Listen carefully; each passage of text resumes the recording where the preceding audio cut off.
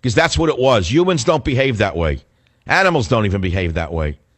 As a black caller said yesterday, it's an insult to animals to call them animals. Because an animal doesn't destroy his own property. So that was that. I mean, we don't want to talk about it again.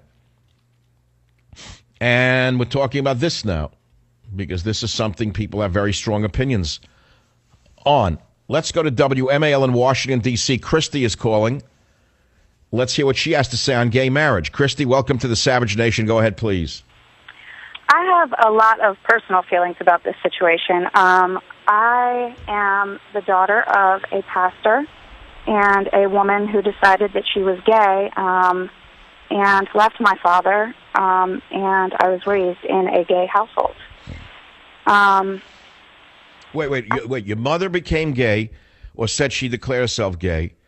She went with another woman and she took you with her. Okay, following you now. Yes, along with my two siblings. Ryan. And, I'm 38 years old, so this was back before being gay was cool. But I was, I grew up in a small town, and from the time that I was 5 years old, I remember kids coming up to me and, saying trashy things about my mom and saying, oh, your mom's a lesbian and things like that. And I was like, what are you talking about, And then there's the Christian background, too. My mother has always been a good Christian woman. She has conservative values. She's always believed there's a right way to do things and a wrong way to do things. But when you look at my mom's history, her father was a philanderer who left when she was 3 to, run around with other women. My grandmother was remarried to a man who had 4 sons. My mother had 2 more brothers. And your grandmother was married to someone who had 4 sons. Right. So my mother was raised in a household with 6 brothers, where she was expected to keep up with them. Wait, you mean from different wives? Is that what you're saying? Yes. I didn't follow. Wow, wild background. Right. So, I mean, there's a crazy story to begin with. Okay, I'm trying to follow it. So that you had a lot of confusion in the family to begin with. Mother became gay, left family, took you. You were raised by 2 gay women. So in your specific case, what's your opinion on gay marriage? I believe that children need a father and a mother.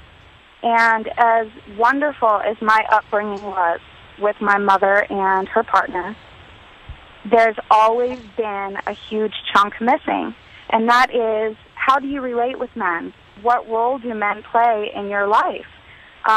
What do we need them for? And that has been a theme that has reproduced itself over my lifetime in my marriage. I'm happy to say that I am not divorced. I decided a long time ago I was going to be married once, and if it didn't work out, it didn't work out. Wait, you're saying if it didn't work out, you were going to stay married anyway?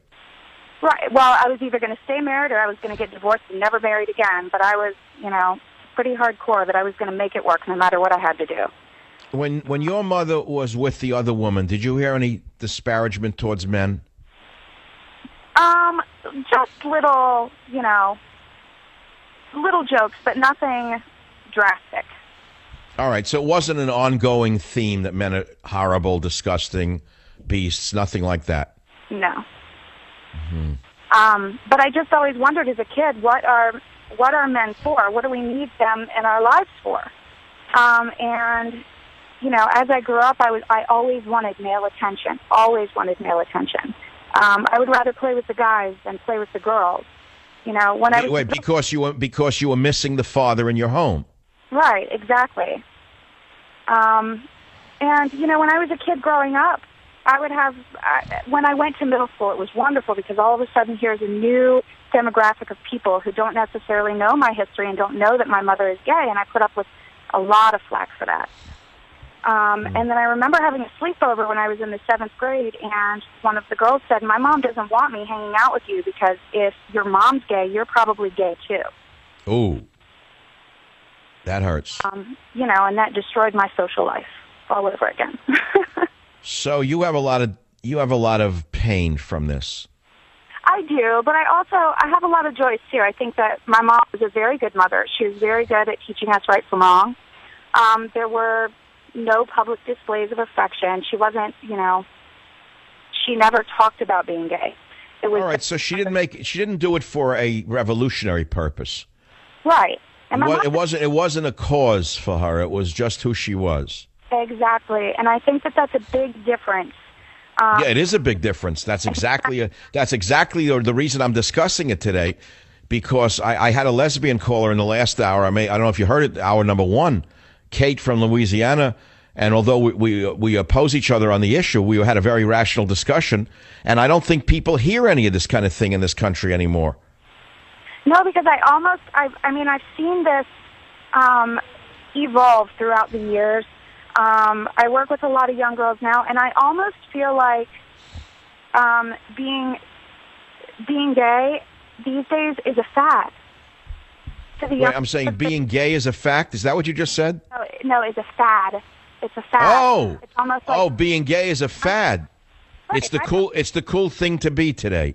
Right, I'm part of a special club, and you can't say anything to me that I don't want to hear because I'm gay, and but switching back and forth between girls and guys and girls, just when they feel like it.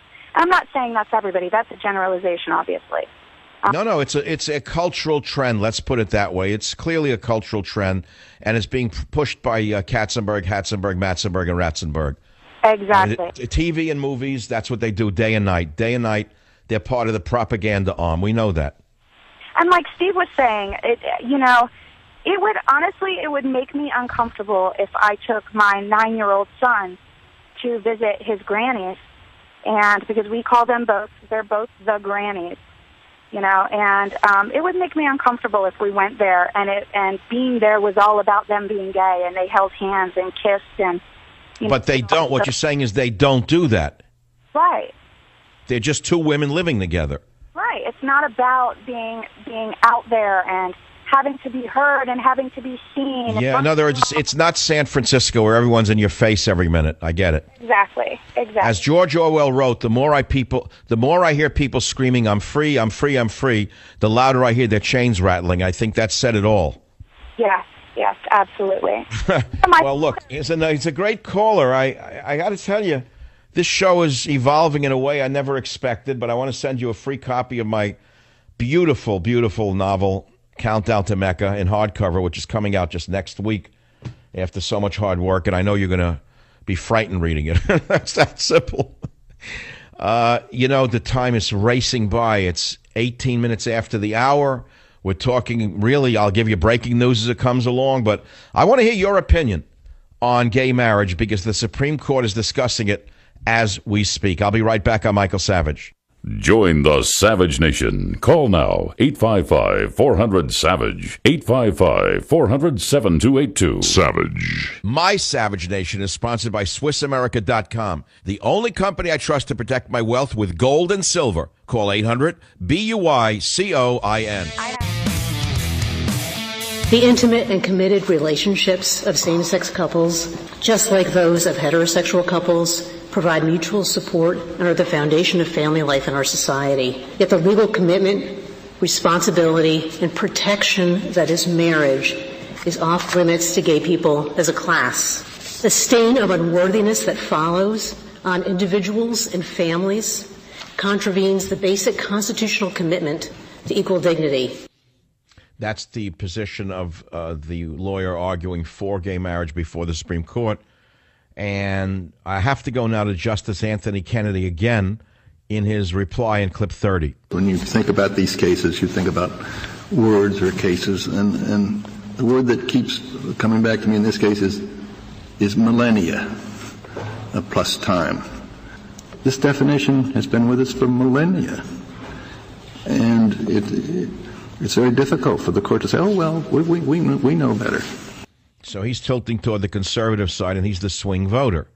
Remember that America is still fundamentally a conservative nation. No matter what you may think, this nation is dominantly Christian and dominantly conservative. It doesn't matter what you think.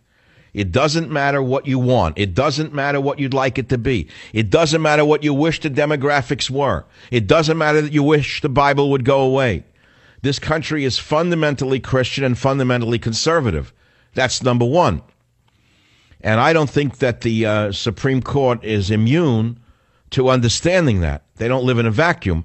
They do represent the law for sure, but at the end of the day, they also represent not only the rule of law, but the nation itself. And just as we were all shocked by their ruling on Obamacare, I don't know which way they're going to rule. They could shock us again. Let me take some callers. WDRC Radio. Ted, welcome to the Savage Nation. Go ahead, please. Yes, thank you, Dr. Savage. I'm from Bristol, Connecticut, WDRC. I would like to tell you that I'm 57 years old, have been gay all my life.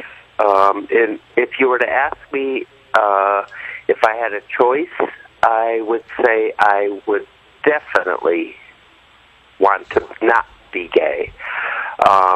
From what I've been through, from what I've seen, I don't like it.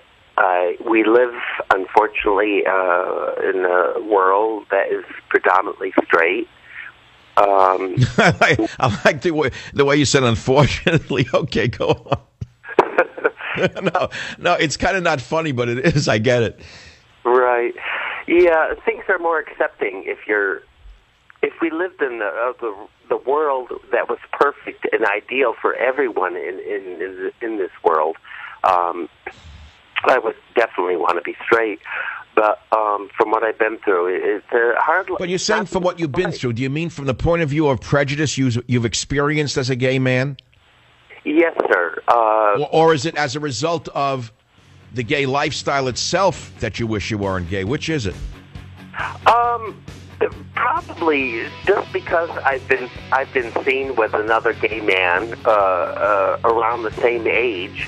And have not had any contact. As far as to give you an example, I want to hear your viewpoint. It's very important. You're an older man in this situation. I want to hear your perspective. It's different than the younger ones. Please stay on the line. Join the Savage Nation. Call now, 855-400-SAVAGE, 855-400-7282. Savage. Love, or is it really about sex, or is it really about politics? After all, what is it really about, this whole gay marriage thing? The gay argument is that it's about equality, that they're human beings, and as human beings, they're entitled to equality on all levels. The religious view is the opposite, which is that, of course, you're a human being, and no one's saying you can't be gay, but you can't force us to accept your lifestyle, which we oppose, because it opposes our religious laws. It opposes society's laws going back millennia. That's the argument. And that's what's being argued by the Supreme Court. And Chief Justice, or Justice Anthony Kennedy, who is the swing voter, has said that it's been a decision. The idea of what it is has been known for millennia. And he said it's very difficult for the court to come back and say, oh, well, we know better. So he's heard the religious side, and that's what he's expressing here. Whether he will express that at the end, nobody really knows. He could just be throwing a sop to the Christian conservatives for fear of a backlash. God knows what's going to happen here. I really don't know. But I want to go back to the caller, Ted, from WDRC Radio. Ted, welcome to the program. Ted, what city are you calling from? Yes, I'm calling from Bristol, Connecticut. But you've lived in a liberal area. Where have you experienced prejudice as a gay man? It's because you're older, right? In an earlier time. Isn't that what you're saying? Well, to give you a rough scenario, I was coming out of a shopping plaza one time, and I happened to be with my partner. We were probably about 2 feet from each other, and an older person, actually older than myself, yelled out a gay slur. And I didn't have time to respond to that. I just let it go. I didn't want to get into a confrontation, but it just surprised me. You know. What do you mean? This was recent? This was about a year and a half ago. All right, so it's not back in the old ages of pre-Stonewall. That's correct. But your life has changed pre and post Stonewall. If you're 57, right? I mean, life was different when you were young for a gay man, wasn't it? Yes, it definitely was. I mean, you were picked on regularly. Isn't that true? Yes.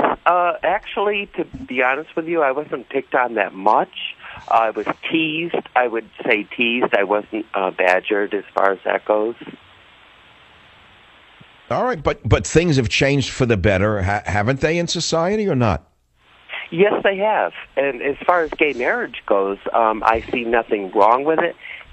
Only if